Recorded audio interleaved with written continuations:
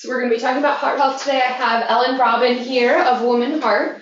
She's going to share her story and talk to us a little bit more about heart health. And we're going to do a quick overview of elder health first, and then Ellen will talk, and then we'll talk about some upcoming events and opportunities we have. And then we also have another survivor of heart health who will come in afterwards and tell his story. And if you guys have any questions, just go ahead and put them in the chat box and we will answer them either throughout the presentation or at the end. So as many of you know, I'm from Elder Health. My name is Dana Gerard. I do corporate education and relations through Elder Health. And our Elder Health provides personalized services and information to help seniors remain independent and live with dignity in their own homes. So we do this through a variety of services. And this includes transportation, friendly visiting. We can come in and do some minor home repairs, help with someone in their garden. And we also do our employed family caregiver support program where we help out family caregivers like maybe yourself who are joining into our webinar.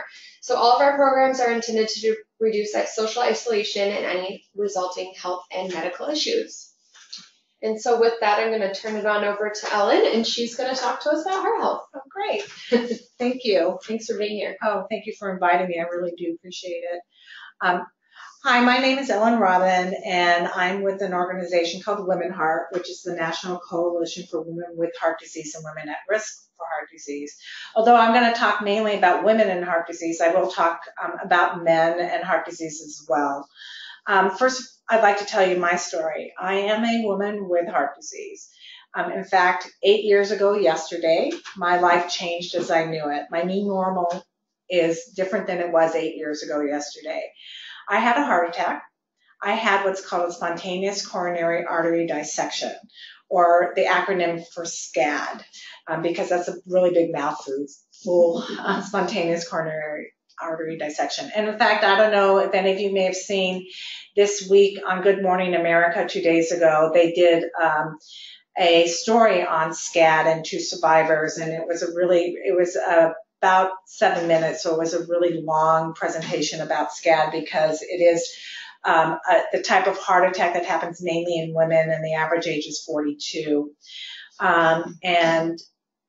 But what happened in my life is I was just going on with my normal life, and then one day I was by myself here in San Diego at a duplex trying to rent a unit out, and an elephant walked in the room and sat on my chest. And I had symptoms that were a combination of women and men symptoms. I had sweat. It was February. I was sweating profusely. I felt nauseated. I had pain in my jaw. And both my arms, I know a lot of us here that your left arm, both my arms, both my right and my arm went numb, and my fingertips were just burning. And I knew something was wrong, so I did what you're supposed to do. I called for help. No, not really. I called for help, but not who you're supposed to call. I called my husband. You're supposed to call 911.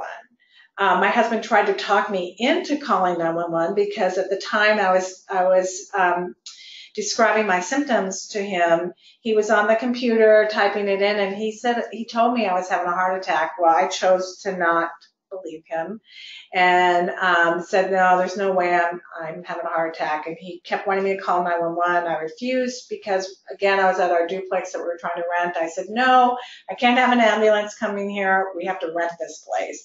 I was finding every excuse not to have to deal with this. I just didn't have the time in my head.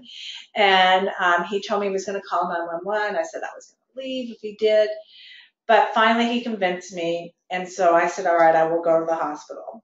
So I drove myself, but please, that was not a good thing to do. You should not drive yourself, or even if you're caring for somebody that's having symptoms and you think they're having a heart attack, please do not put them in your car and take them. What you need to do is you need to call 911. 911 is a mini hospital coming to you. They're professionals. They can, if it is somebody that's having cardiac arrest, or if it's somebody like myself that had a heart attack, they called it a mild heart attack. In my mind, I don't think it was so mild, but that's what they called it. they will stabilize the person, put them in the ambulance, and get them to the closest hospital where they need to be. So don't do as I do. And so I did get to the hospital. I was told that I was too young to be having a heart attack, and I agreed with them, but I was. My EKG came out normal, but my blood work, which are troponins, which when they're lifted means that you're having a heart attack, and that's when they determined that I had a heart attack. It wasn't until I got in the cath lab that it was determined that I actually had had a dissection. I ended up with 4 stents, and that was 8 years ago, and I am doing great. So, and I'm here, and I've made it part of my volunteer work in life to talk to other women and men about heart disease. So that's my story, and I'm sharing. Yeah, I mean, I could go on, I could tell you forever. I mean, and it's pretty fresh in my brain. Every year, right around my anniversary, it kind of sticks with me a little bit, and I'm really thankful to be here. So do I hit that one right there? Yeah. Okay. So I'm going to go on to the presentation. So Women Heart, which I told you about a few minutes ago, is the National Coalition for Women with Heart Disease. And they're based out of Washington, D.C. And one of their mission is to help improve the health and quality of life of women living with or at risk of heart disease, and to advocate for their benefit. Our message is preventative, early detection, accurate diagnosis, and proper treatment should be accessible to all women and to men. Women Heart, our overview is that we're the nation's only patient-centered organization supporting women with heart disease. So what that means is, I'm sure you all heard the American Heart Association, which is a great organization. And then also there's Mended Hearts. Both of those organizations do work with heart disease for both women and men, which is wonderful. But they're not really what's considered patient-centered. And what that means is they get people like myself, volunteers, people that have had some type of heart disease, and we become their boots on the ground. And one of the things that I've done is in 2012 I went to the Mayo Clinic and was trained by Women Heart to lead support groups. And I lead support groups here in San Diego. I have 2 for women with heart disease and women at risk. And I could leave that information here for you. Yeah. If anybody's interested, we meet here in San Diego on the 3rd Thursday at 5:30, and then up in North County Vista at 5:30 on the 3rd Tuesday of every month. So we represent millions of women living with or at risk of heart disease. Like I said, we're the only nationwide patient-led support network working with women one-on-one to help them live better, heart-healthy lives. Programs that empower women through education and shaping policies on care and treatment of women with heart disease. Women Heart is based in Washington, D.C., so they do a lot of lobbying for heart disease issues. So what we know, heart disease is the leading cause of death of American women and men, and is responsible for 1 in 4 female deaths. So I was explaining to Dana earlier that I'm sure a lot of you may think that breast cancer is the #1 leading cause of death. It's not. And it's great that breast cancer has really good awareness, and that's what we're trying to do with heart disease, because heart disease is combined of all cancers together is still the leading cause of death. And women, it used to be that it was mainly men. But now that women are much more active in the workforce, our life just in general, the stress level is much harder than it has ever been. We're wired 24/7 with all kinds of types of devices. It just means that we are in situations where we can cause our risk to our heart.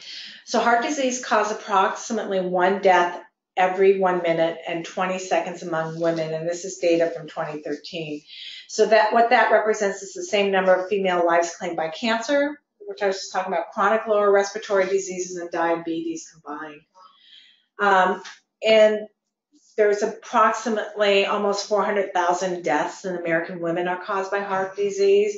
And then out of that, heart attacks is just one part of heart disease. There's all kinds of different things. There's AFib. There's people that have mitral valve issues. There are people that get myocarditis. I can't pronounce it, but it's like a virus, a virus of the heart. I mean, there's all different types of heart disease. Heart attack is one small chunk of it, but 50,742 women die each year from heart attacks. So that's the ones that die, but there's a lot that have heart attacks. And the 400,000 is that every year as well? That's every year. Yeah, it's significant.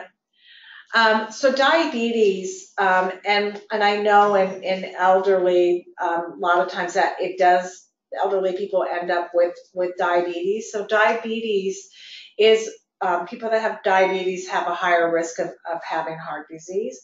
And diabetic women have a 2.5-fold higher risk of developing heart disease. One thing is sedentary lifestyle. So, just sitting if you work, sitting at a desk, or you're at home, watching TV, get up every 5-10 minutes, just walk around.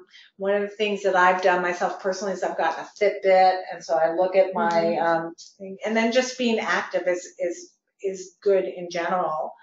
Obesity. Here in the United States, I know you all know that it's a problem. Obesity is a major risk factor and is associated with 13% heart disease deaths in both men and women. And then smoking. Cigarette smokers are 2 to 4 times more likely to develop heart disease than non-smokers. So here's something about smoking that's not on here that I happen to know this fact, is that as long as you are smoking, you are a high risk to have a heart attack. Or because what the smoke does, it goes in and it starts into the arteries and it hardens it up, and it can cause a blockage, which can cause you to have heart attacks and you can die. But the moment you stop smoking, your risk goes down. The longer you're out from not smoking, like if you haven't smoked for a year, that risk is completely gone, because the smoke's no longer going in there blocking and causing blockage. So smoking is not only, so when doctors tell you that they want you to stop smoking, it's not really because of the lung cancer, because in reality, if you smoke, lung cancer, no matter if you stopped 20 some years ago, it's still there, will always be there, and emphysema, COPD, but heart disease will go away. So that's really important. Heart disease and diabetes in women. So 10.6 million women have diabetes, and 8% of all women ages 20 years and older. So that's a lot. Yeah. 3 million women are undiagnosed, and then 34.4 million women have prediabetes. So, if you've been to the doctor and they say that your blood sugar, you're pre-diabetic, you're still at risk for heart disease. So women with diabetes are 2.5 times more likely to have heart attacks. And in my support groups that I lead, there are a couple of women that come that are diabetics and have had heart attacks. The risk for stroke is 1.5 times higher among people with diabetes, and 2 out of 3 adults with diabetes report also having high blood pressure. They take prescription medications to lower their blood pressure. And then smoking doubles the risk for heart disease in people with diabetes. So if you smoke and you're diabetic, you're really asking for it. So, there's a lot of things that you can do to help slow down or cut the risk for heart disease. It's really important to know those. Heart disease and obesity in women. So there's 70.7 million overweight and obese adult women. I'm not talking, the men, it's probably about the same. It's pretty high. Overall, the United States is obese. Yeah, it's pretty heavy. Representing 64.7% of women in the U.S. That's a lot. Yeah. 32.5% of non-Hispanic white women are obese, and 61.2% are overweight or obese. 57.5% of African American women are obese, and 81.9% are overweight. And then 42.9% of Hispanic American women are obese, and 76 are overweight or obese. So within the 20 years, the percent of obese adult women has more than doubled. And that has a lot to do with a lot of the stuff I was talking about earlier. We're in the workforce, life is stressful, we're going to McDonald's.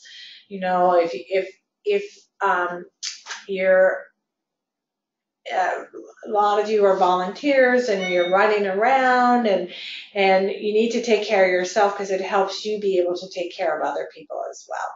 So the increasing prevalence of obesity is driving an increased incidence of diabetes, which is causing more heart disease. So know your risks. Risk factors cannot change. These things you can't change. You can't change your age, though I'd like to. Can't change your family history, and you can't change your race or ethnicity. So African American women, Hispanic, and Native American women are at greater risk, and the reason why they're at greater risk is because of their cultural, their dietary habits, and so forth. So the ABCs of heart disease. So aspirin therapy, ask your doctor if this is right for you. You don't want to take aspirin unless you need to, because aspirin, I can tell you personally, aspirin is very hard on the GI system. And unless you need to take it on a daily basis, you really should not take it.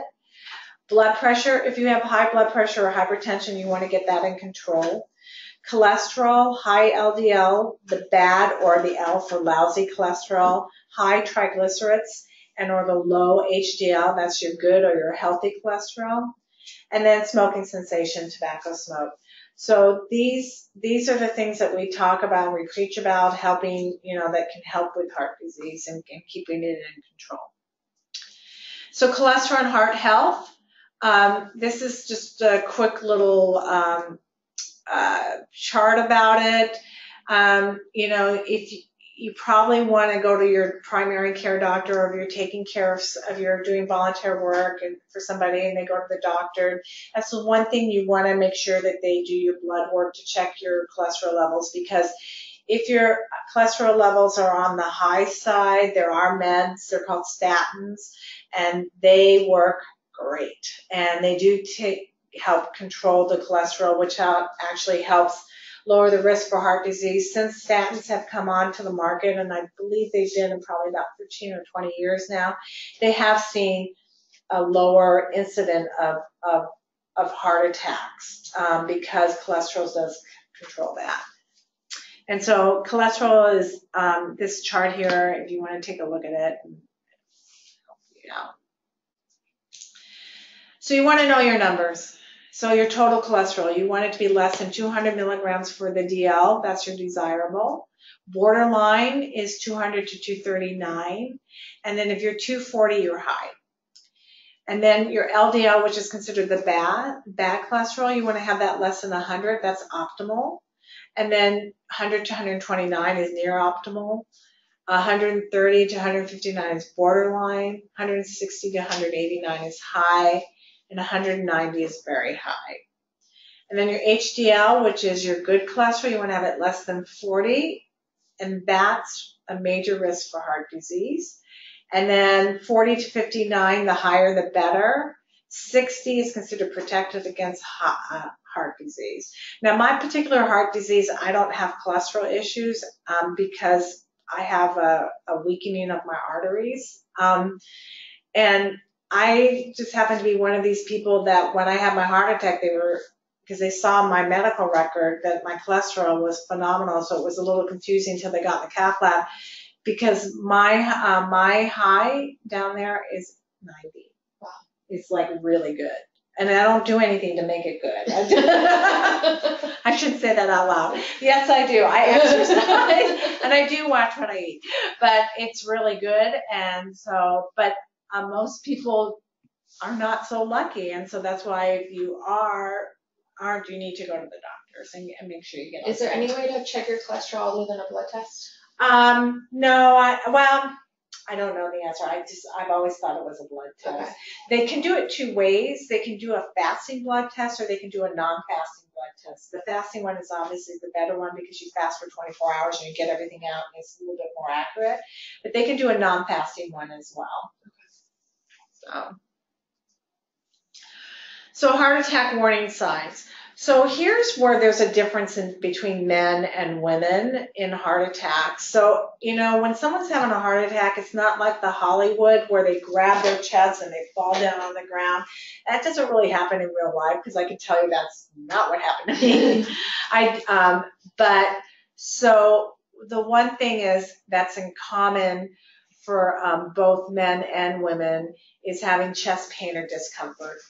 And what, for me, my chest pain was, it honestly felt like there was an elephant sitting right here, really heavy on my chest. And it was just pinching it in. Now, you know how you think it's like your heart's on your right? In reality, where your heart is, it's kind of sitting more towards the middle. Your heart is like right here. It's kind of where my keyhole is of my dress. It's right here. So a lot of times when you feel pain, maybe a little bit to the right or sometimes to the left, it could be heart, but it more than likely isn't. It may be heartburn and stuff, and we'll talk a little bit about that as well. Number 2, nausea, feeling lightheaded or unusually tired. Yeah, that doesn't happen in men. It happens mainly in women. And that's what happened to me. I felt nauseated. I had this pressure on my chest and I felt sick to my stomach and I was a little dizzy. And then number 3 is your pain or discomfort in the jaw and the neck or the back. That's another thing that happens mainly in women. A lot of women, you'll say that they've had this feeling like they had heartburn. It was like a burning sensation and that their jaw was hurting them and that they had pain in their back or their shoulder. I did have shoulder pain and back pain, but I always do, so I didn't put those two together. And then number 5 is shortness of breath, and that is common in both men and women.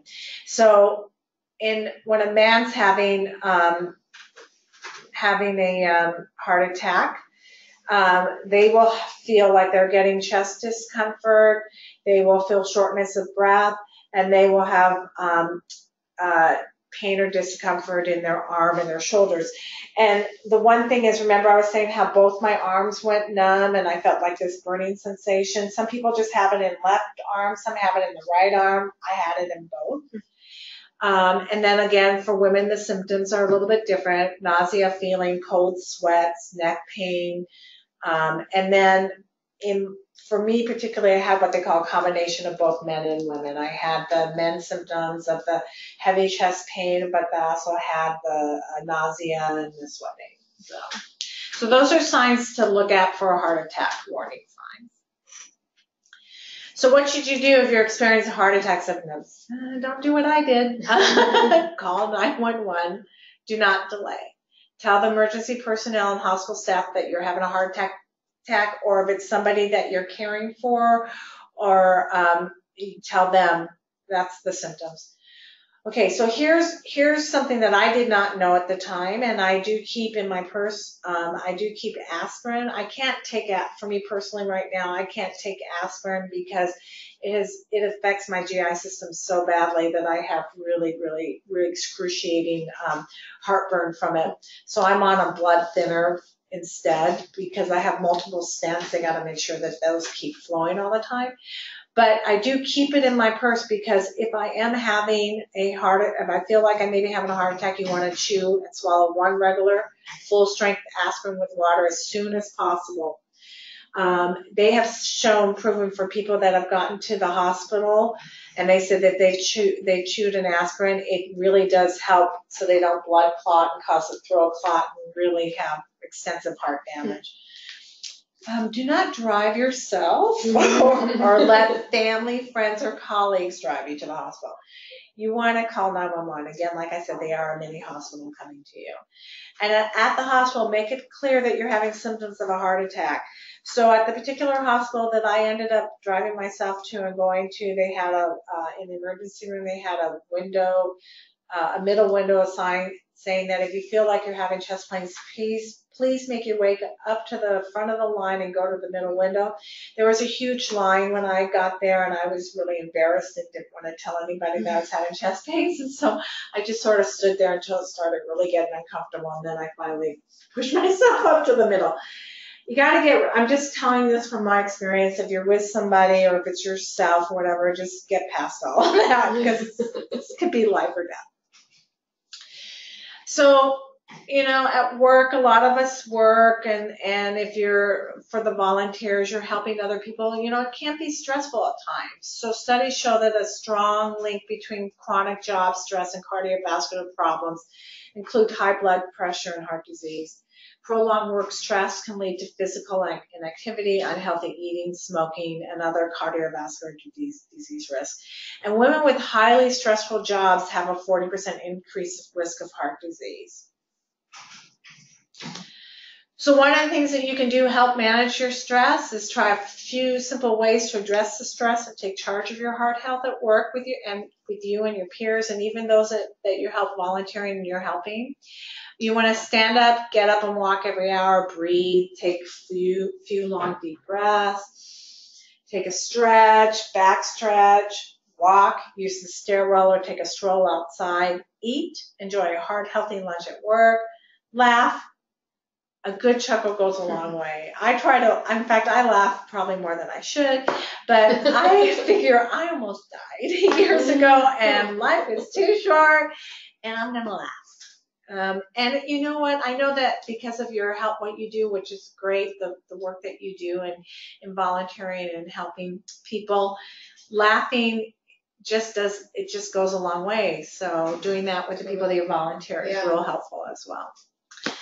Visualization techniques. Try to use as many senses as you can, including smell, sight, sound, and touch. I do this because even though I have really low blood pressure all the time, for some reason when I go to the doctor's office, it spikes. So I have to do the visualization that I'm in Hawaii, sitting on the beach, drinking a Mai Tai, and it helps. And then I get my blood pressure down.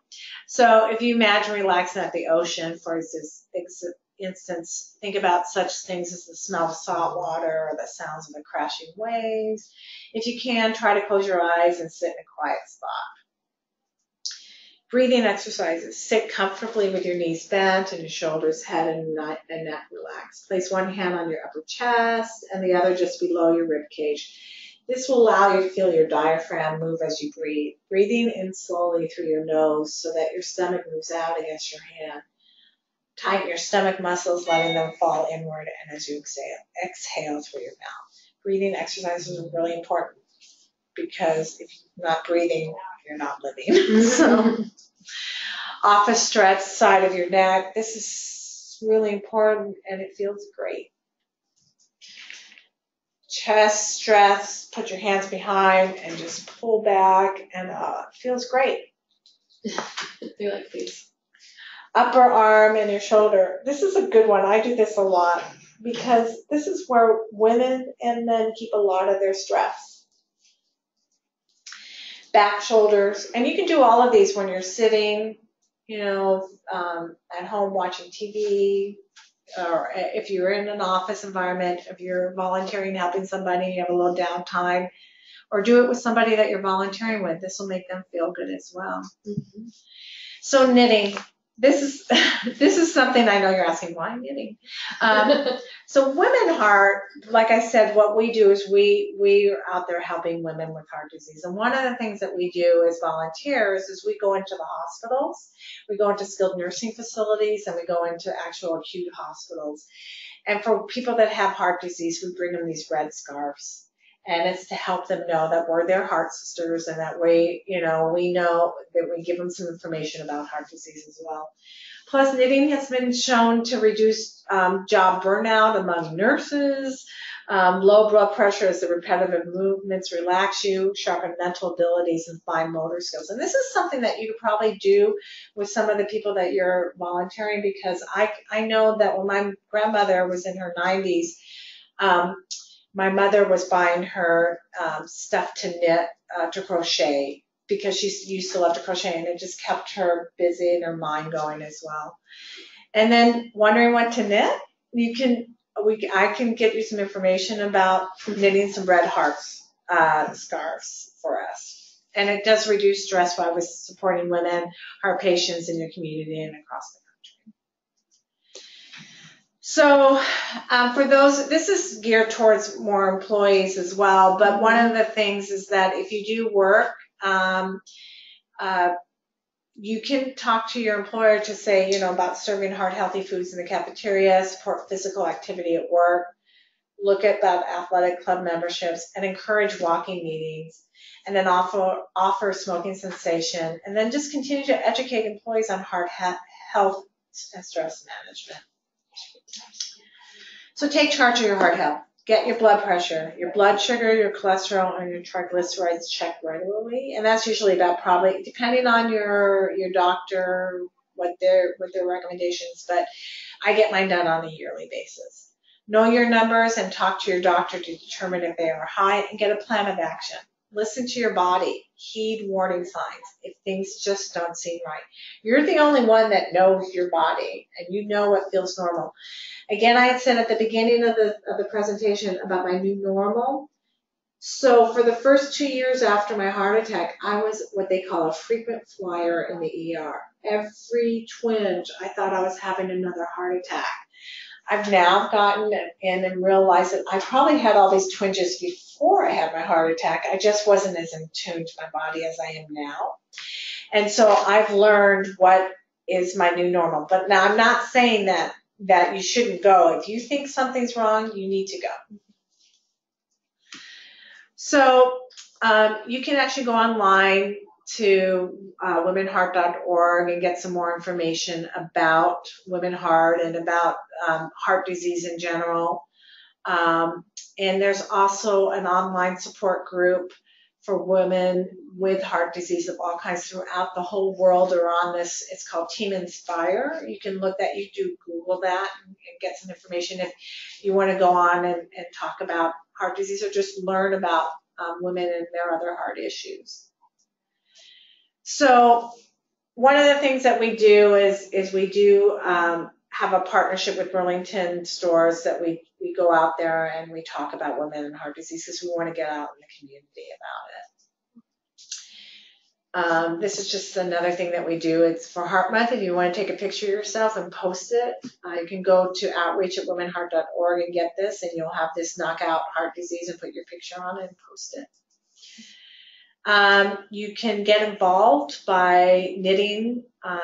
We do have support groups, like I said, and anybody is welcome to these support groups of women of all ages. I have in my support group women that are in their 20s and women that are in their 90s. Cool.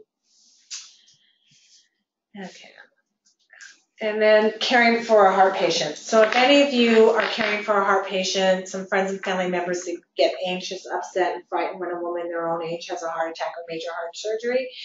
So you just want to make sure that it's going to be emotional for you as well. So being aware of this can help her or him manage your emotions.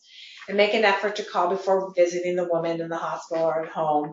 While I appreciate it, visits can be stressful. So I could tell you when I had my heart attack and I was in the hospital, I actually worked for the hospital that I was in. And so my door was like an open door. There was people that just come in and come in. After a while, I had to stop it. It's a very emotional time. So keeping that in mind, especially if you're caring for them, be in tune that they're going to be nervous, they're going to be stressed out. And then every woman is unique, and heart disease will affect her differently. There's some people that just like, oh well, just move on. And then there's people that have PTSD. They get stuck in it. So just being aware of that is very helpful. And then caring for yourself as a caregiver. You got to take care of yourself. Caregivers are prone to burnout, stress, and clinical depression. Keeping your perspective. Don't make yourself responsible for their health and recovery. Encourage them to adopt a healthy diet and lifestyle. And get support for yourself, because your role is difficult, as no healthcare professional is specifically assigned to your well-being. And then join us if you want to become a member of Women Heart. So these are the different ways that you can connect with Women Heart. And then, and then I'd just like to thank you for your commitment for letting me talk to you and educate you about it. Yeah, that was awesome. Those tips for being a caregiver, I mean, a lot of us can identify with those, especially while trying to work and our high stress levels. And, we talk about this every month, but taking care of yourself is really the most important thing as a caregiver. And Yeah, you can't take care of other people unless Right. you're healthy yourself, and that's what's really important. And I had to remind my husband of that while he was caregiving for me while I was going through my situation, that he needed to take care of himself because he was starting to be a mess, and it was impacting me. Yeah. So Yeah, it's a good first answer. are there any questions? Yeah, do we have any questions? You can go ahead and put them in the chat box. And then while you're thinking of questions or anything like that, I just wanted to let you guys know of a few things. There's going to be a free workshop through the Alzheimer's Association. They are doing a workshop called Living with Alzheimer's. So this is something where they will have a simulation as well as people with Alzheimer's, caregivers of Alzheimer's, who talk about the stages and just what to expect. And this is for both caregivers and people who have been diagnosed. You do have to be able to go to all three of these workshops on March 5th, 12th, and 19th. I believe those are all Mondays from 10 to 11:30. And if you want more information about that or are interested in attending these workshops, please just let me know and I can send you the contact information for that. We also have something really exciting for us personally. We have rolled out online courses. So these are geared towards family caregivers. They are 4 self-paced online courses to help deal with stress and learning how to be a caregiver.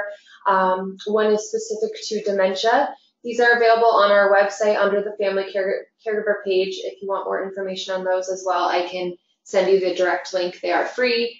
And we want everyone to use them. So